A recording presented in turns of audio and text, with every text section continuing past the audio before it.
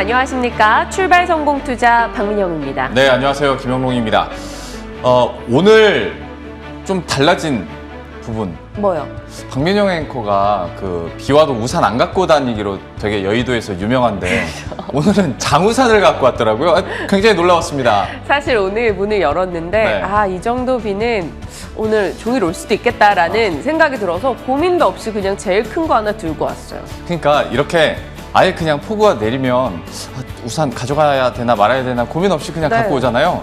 시장에서도 이게 뭔가 확실한 방향성과 확실한 전략이 있으면 오히려 더 마음이 편한 것 같아요. 네, 전략 세우기 심플하죠. 떨어질 때는 확신만 있다면 더 사는 거고 오를 때는 또 상승장을 즐기는 거고 그래서 저희들도 기면 기고 아니면 아니다. 확실하게 구분을 지어 드릴 테니까요. 오늘도 함께 하시면서 종목 전략 받아가시길 바라겠습니다. 그 전에 우리가 알아야 할 투자 뉴스 7부터 함께 확인하도록 하죠. 미국의 주간 실업지표가 개선되면서 다우지수가 0.4% 상승 마감했습니다. S&P 500과 나스닥은 보합권에서 마감된 가운데 시장에서는 여전히 연준의 향후 통화정책 행보와 또 장기 국채금리를 예의주시하며 조심스러운 모습입니다. 이주열 한국은행 총재가 연내 금리 인상을 처음으로 시사했습니다. 다만 이는 향후 경제 상황 전개에 달렸다면서 통화정책을 질서 있게 조정할 준비를 하고 있다고 밝혔습니다. 한편 한국은행은 올해 경제성장률 전망치를 기존보다 1%포인트 상향한 4.0%로 제시했습니다. 문재인 대통령이 다음 달 2일 4대 그룹 총수들과의 청와대 초청 오찬 간담회를 준비 중인 것으로 알려졌습니다. 최근 문 대통령의 미국 순방 기간에 총 44조 원의 대미 투자를 발표한 대기업들을 격려하기 위한 취지로 보입니다. 올해 1분기 글로벌 반도체 시장에서 삼성전자가 15%의 매출 성장을 기록하며 매출 1위 기업인 인텔의 턱밑까지 추격한 것으로 나타났습니다. 한편 SK하이닉스는 인텔 낸드 사업부 인수에 대해 어제 공정거래위원회로부터 기업 결합을 승인받았습니다. 앞에 4개 중에서도 벌써 반도체 관련한 이야기가 계속 나오잖아요. 또 금리 얘기도 있고요. 되게 좋은 모멘텀이 분명히 있는데 자꾸 전략은 맴도는 것 같아서 참 이게 우리들의 고민이기도 한 것 같습니다. 조금 이제는 투자자들이 지치고 지겹게 느끼기도 하는 것 같아요. 네, 그러게요. 세상에 좋다는 이쑤시개는 다 붙고 있는데 왜 가질 못하니? 이런 심리인 것 같습니다. 그래도 저희 지치지 않고 관련한 섹터 전략은 계속 업데이트하도록 할 거고요. 네. 자, 이어지는 투자 뉴스 확인해 보겠습니다. 아부다비 투자청과 KDB 인베스트먼트가 대우건설 매각을 위한 협상을 진행 중이라고 한 매체가 보도했습니다. 굵직한 인수 후보들이 연이어 등장하면서 대우건설 인수전이 더욱 치열해지는 분위기입니다. 인적 분할 이후 한 달 만에 거래를 재개한 LG와 LX홀딩스가 어제 동반 하락했습니다. 다만 증권가에서는 LG의 M&A와 신사업 능력, 그리고 LX홀딩스의 자회사 성장성에 대해서 긍정적인 평가를 계속 내고 있는데요. 주가도 곧 정상화될 것으로 전망하고 있습니다. 대리점 갑질과 황하나 씨의 마약 사건, 그리고 최근에 불가리스 논란까지 있었던 남양유업이 결국 사모펀드 한은컴퍼니에 매각됐습니다. 이 같은 소식이 전해지면서 남양유업은 시간의 거래에서 상한가를 기록했습니다. 이렇게 투자 뉴스 7 살펴봤고요. 시장과 종목 전략 하나하나 따져보도록 하겠습니다. 일단 어제 나왔던 뉴스 가운데서 한은발 그리고 이주열 총재발 발언들 한번 얘기를 해봐야겠죠. 네. 하면서 이제 잠시 후에 6월 증시까지 대비해보도록 하죠. 일단 이주열 한국은행 총재가 처음으로 연내 금리 인상 논의 가능성에 대해서 계속 얘기를 했습니다. 연내 인상 여부, 물론 경제 상황에 달려있다. 그리고 금리 정상화, 근데 대신 실기하면 안 된다. 그러면 시간이 더 걸린다. 라면서 이제 그러면 연내에도 잘하면 금리 상승하겠네? 라는 시장의 해석들이 나왔고요. 금통위에서 금리 인상과 관련된 논의가 있었다라는 얘기까지 나왔습니다. 이에 대해서 그러면 시장이 어떻게 받아들이느냐 사실 이게 중요한 것 같은데요. 일단 JP모건 같은 경우에는 한은이 이번에 시장에 매파적인 신호를 보낸 거다. 올해 4분기에 그래서 인상하지 않을까 예상을 한다라고 얘기를 했고요. 국내 증권사 같은 경우에는 전체적인 스탠스 자체는 아니야, 그래도 내년에 할 거야 라는 스탠스긴 하지만 그래도 항상 뒷부분에 조금 더 가능성이 열려 있다라는 걸로 마무리를 하더라고요. 때문에 내년 1분기나 혹은 더 늦춰지면 2분기까지 예상하는 증권사가 있는데 다만 이게 앞당겨질 가능성은 높아졌다라는 얘기까지는 하고 있습니다. 아무래도 미국에서도 테이퍼링 그리고 미국 연준의 부위원장도 이제 테이퍼링 가능성에 대해서 계속 얘기를 하고 있기 때문에 네. 우리 한은에서도 어느 정도 선제적으로 좀 조치를 취한 것으로 예상이 되고 있고요.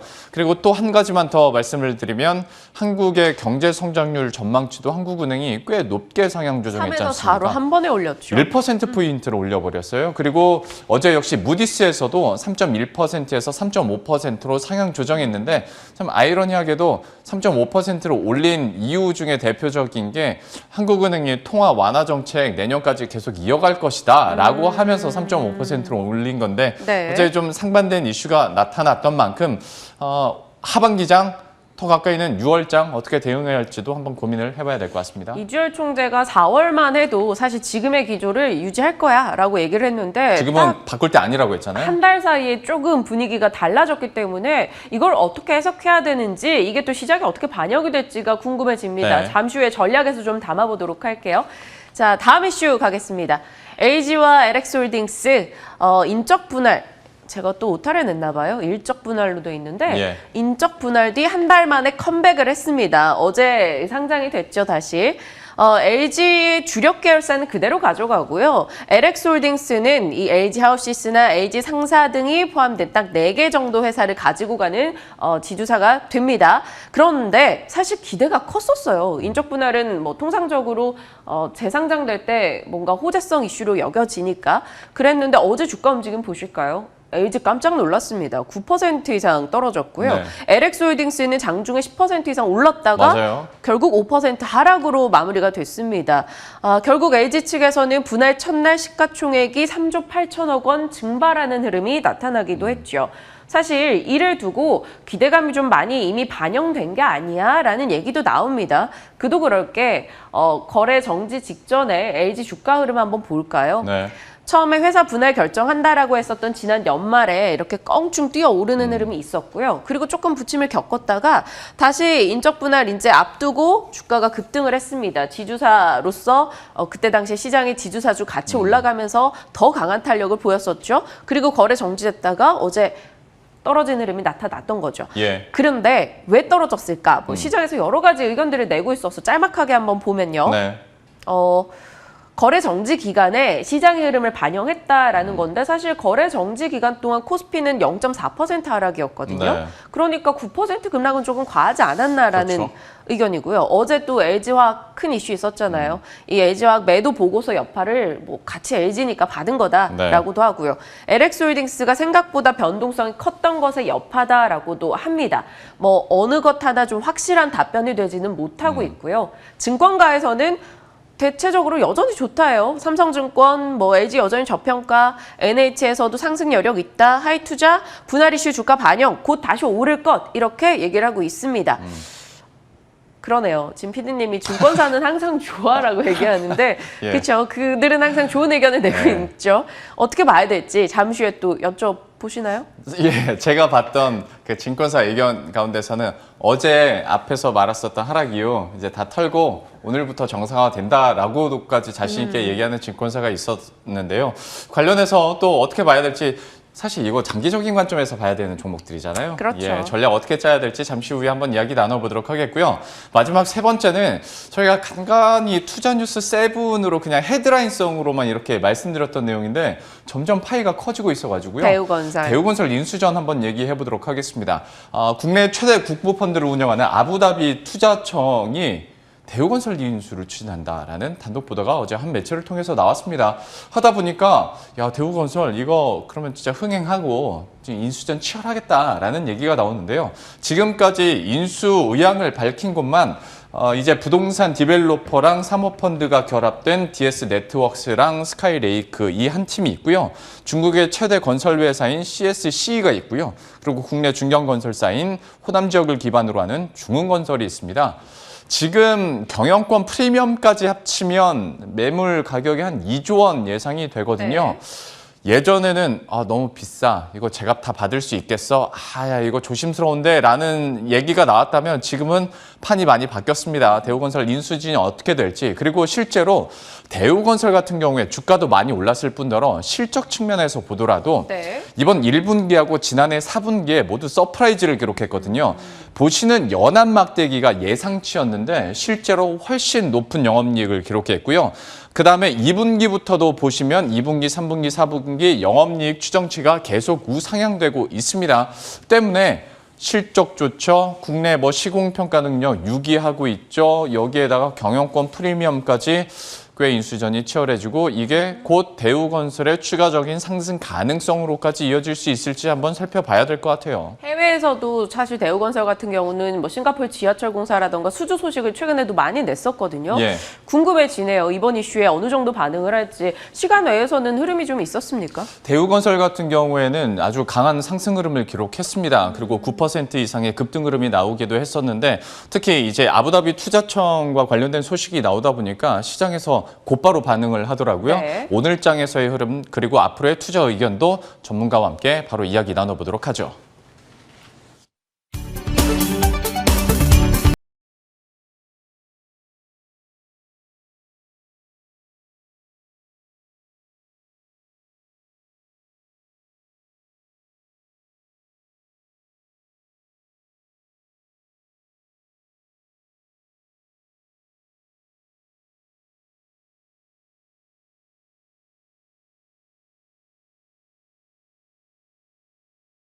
시장이 좀 잔뜩 움츠러들 수 있는 이야기들이나 발언들이 좀 나옵니다. 이거를 어떻게 해석하고 또 투자 전략에 접목시킬 수 있을지 이분과 함께 이야기 나눠보도록 하죠. 유스탁의 유창희 대표와 함께합니다. 어서 오십시오. 안녕하십니까? 네, 안녕하세요.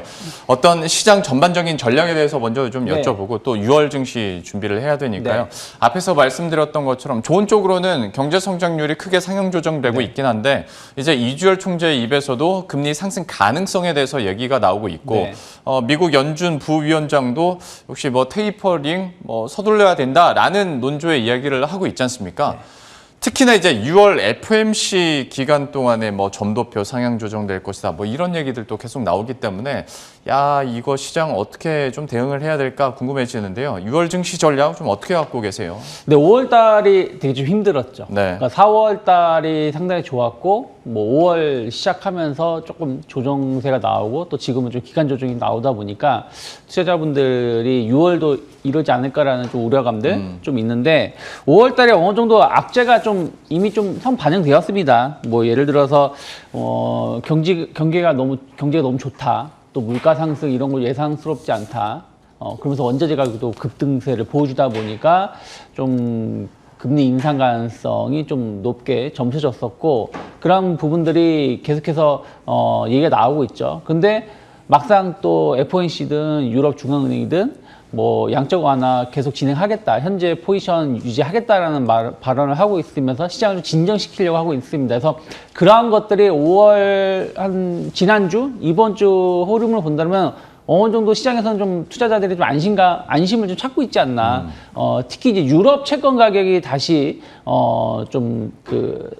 채권 가격이 상승하고 있다든가 채권 금리가 다시 낮아지고 있다는 부분들이 좀 이런 부분들을 조금은 반영하고 있지 않나 생각을 좀 하고 있고요.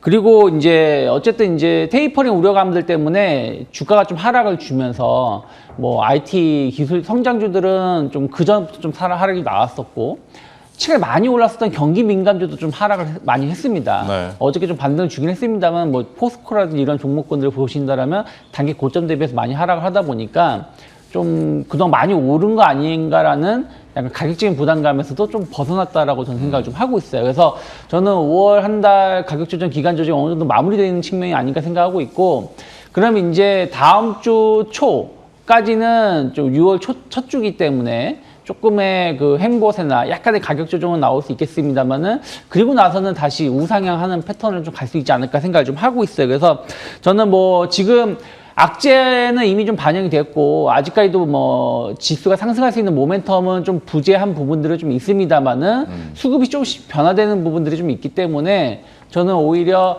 6월 증시는 조금 더 긍정적 생각으로 접근하시면서 여전히 이제 다만 이제 어떤 섹터를 매수하냐인데 네.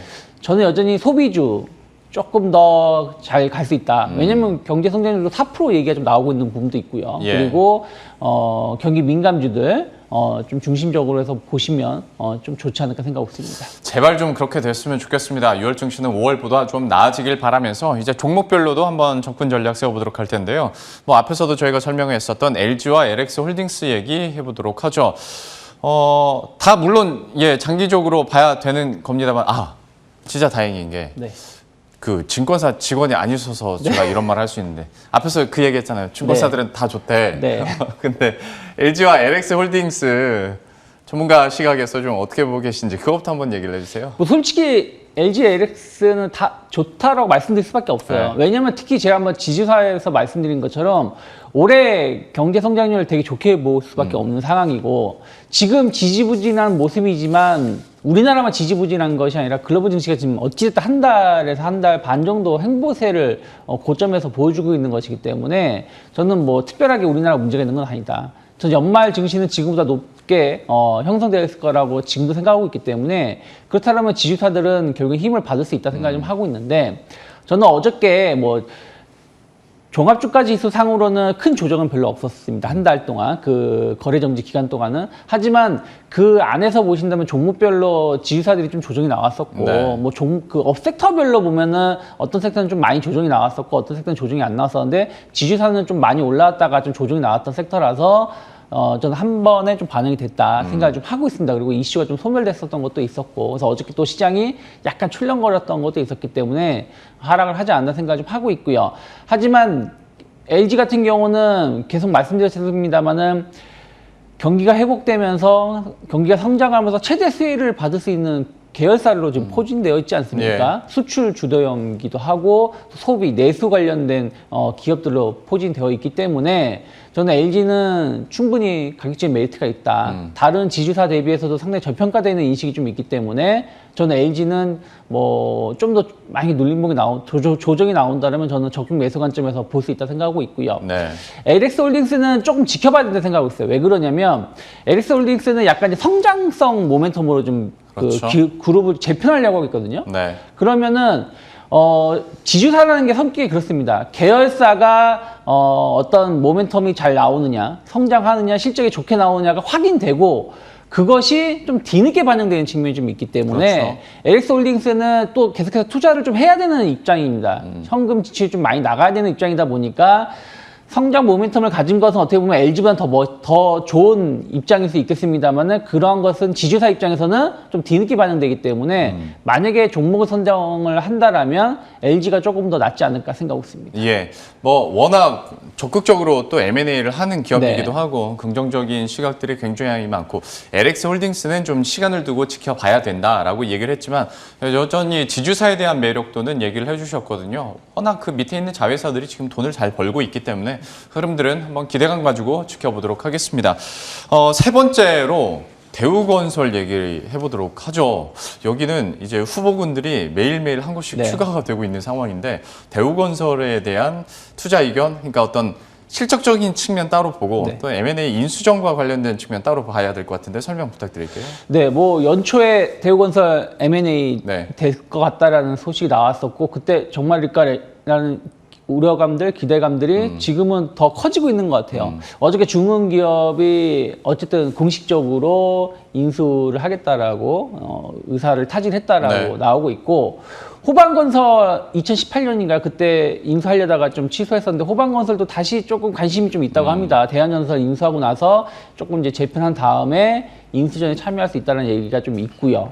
그리고 말씀하신 것처럼 아부다비 투자청하고 뭐 우리나라 DS 네트워크스라든지 이런 재무적 투자를 할 수 있는 기업이 또 관심을 좀 보여주고 있고 또 중국의 최대 건설사도 지금 관심을 좀 보여주고 있습니다. 그래서 네.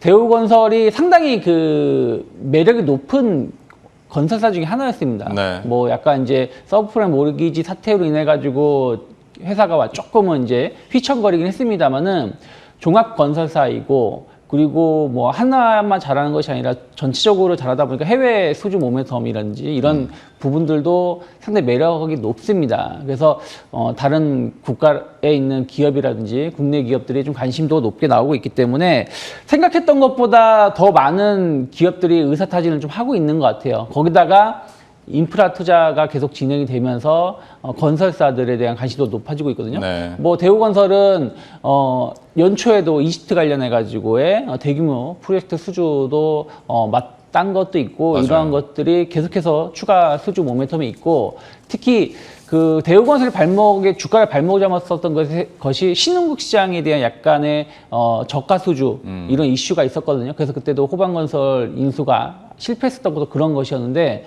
저는 그러한 부분들도 어느 정도 이제 다 털어냈다. 오히려 이쪽에 대해서 수익으로 좀 전환되면서 실적을 증가시키고 있는 부분들이 좀 있기 때문에 저는 해외 수주 모멘텀, 해외 건설 모멘텀은 대우건설 좀 더 상승으로 이끌 수 있다 생각하고 있고요. 그리고 국내 건설도 뭐 어저께 오세훈 시장이 뭐 재개발 관련된 공약 내용도 얘기를 했긴 했습니다만은 어쨌든 민간 시장이든 공공 시장이든 주택 건설 경기 회복에 대한 어떤 기대감들은 계속 커지고 있거든요. 네. 그 수주도 늘어나고 있고 그런 측면에서 본다라면 해외, 국내 모두 잘 나갈 수 있다는 기대감들이 나온다라면 대우건설의 몸값은 좀 더 높아질 수밖에 없지 않을까 생각을 좀 하고 있어요. 그래서 저는 지금 막 M&A 이슈가 확 불진 않지만 조금씩 형성되고 있다. 그러면 다른 기업들 대비해서도 모멘텀 좀 더 있을 수 있기 때문에 전 단기적으로는 9,000원 이상 바라볼 수 있지 않을까. 6월 중엔 충분히 9,000원 이상 갈 수 있지 않을까 생각하고 있습니다. 대우건설에 대해서는 지금 많이 오르긴 했는데 추가적인 상승 여력 얘기해 주시면서 9,000원 이상도 갈 수 있겠다 얘기해 줬거든요.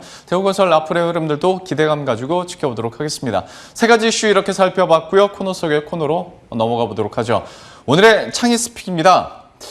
K미용 준비하셨는데, 그러니까 요새 들어서 이 K미용에 대해서 언급되는 횟수가 점점 잦아지는 느낌인데, 좀 포인트 어떻게 두고 계세요? 네, 그 요즘에 보시면 결국에는 이번 5월 달도 보시면 소비주들이 강했습니다. 네. 그리고 소비주들이 더 강하게 가는 모습을 보여주고 있어요. 그 안에 순환매를 보여주면서 그러면서 이제 시장에서 주목을 하는 게 진정한 소비주 중에 하나는 미용 시장이거든요. 그런데 화장품주들은 어저께 좀 많이 올라오긴 했습니다만은 그동안 좀 못 갔었던 게 의료용 미용 시장, 네. 의료 미용 시장이었습니다. 이것은 어쨌든 코로나 이슈 때문에 병원을 좀 가는 걸 좀 꺼려하거나 이런 진료 같은 부분들을 좀 조심스럽게 접근했었던 부분들이 있었는데 다른 국가들, 이제 우리나라뿐이 아니라 여러 국가들이 코로나 이슈가 좀 잠잠해지면서 이런 성형 미용 시장에 다시 관심이 좀 높아지고 있다는 것이죠. 그래서 지난 4월 달 그 수출 흐름을 좀 본다라면 뭐 보톡스 같은 경우는 뭐 역대 최대치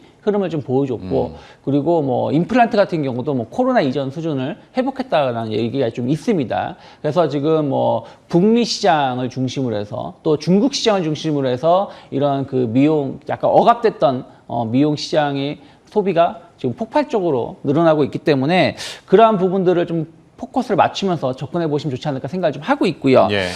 일단은 뭐 임플란트 같은 경우는 뭐 중국 시장을 중심으로 해서 계속 수요가 높게 나오고 있고 임플란트 시장은 계속 커질 수밖에 없다 생각을 좀 하고 있습니다. 그래서 저는 종목을 좀 선정한다라면 뭐 다 나쁘지 않지만 오스테 임플란트 같은 경우가 좀 기업 재편을 좀 했고 약간 프리미엄 시장 쪽으로 해서 중국 시장 공략을 좀 한 것이 성공을 하면서 수익성이 상당히 좋아졌습니다. 그래서 그런 측면에서 보신다라면 오스테 임플란트가 조금 더 주가 흐름이 좋지 않을까 생각하고 있고 그리고 휴젤 같은 경우 본다면 보톡스 수출이 역대 최고치를 계속 경신하고 있어요. 네. 뭐 1분기마다도 600억 이상 수출을 경신을 했고 어쨌든 경쟁업체가 좀 설왕설래가 좀 있는 싸우고 바람에 있는 사이에 수혜 많이 받았죠? 그 수혜를 많이 받고 지금도 앞으로도 좀 더 볼 수 있다 생각하고 있고요. 특히 미국 시장을 중심으로 해가지고 어떤 보톡스 수출이 계속 늘어나고 있다는 걸 본다라면 저는 휴젤도 충분히 추가적인 주가 상승 가능하다 생각하고 있고요.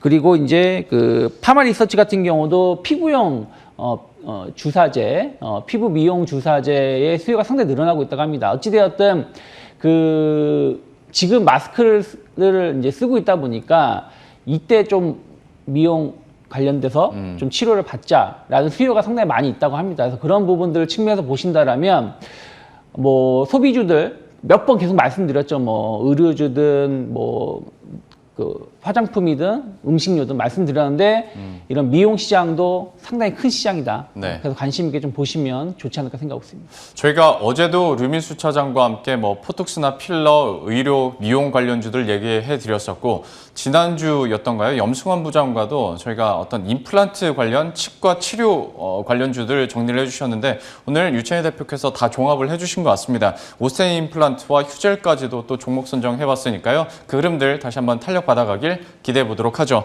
오늘 뉴스탁의 유채희 대표와 함께했습니다. 오늘 말씀 고맙습니다. 고맙습니다.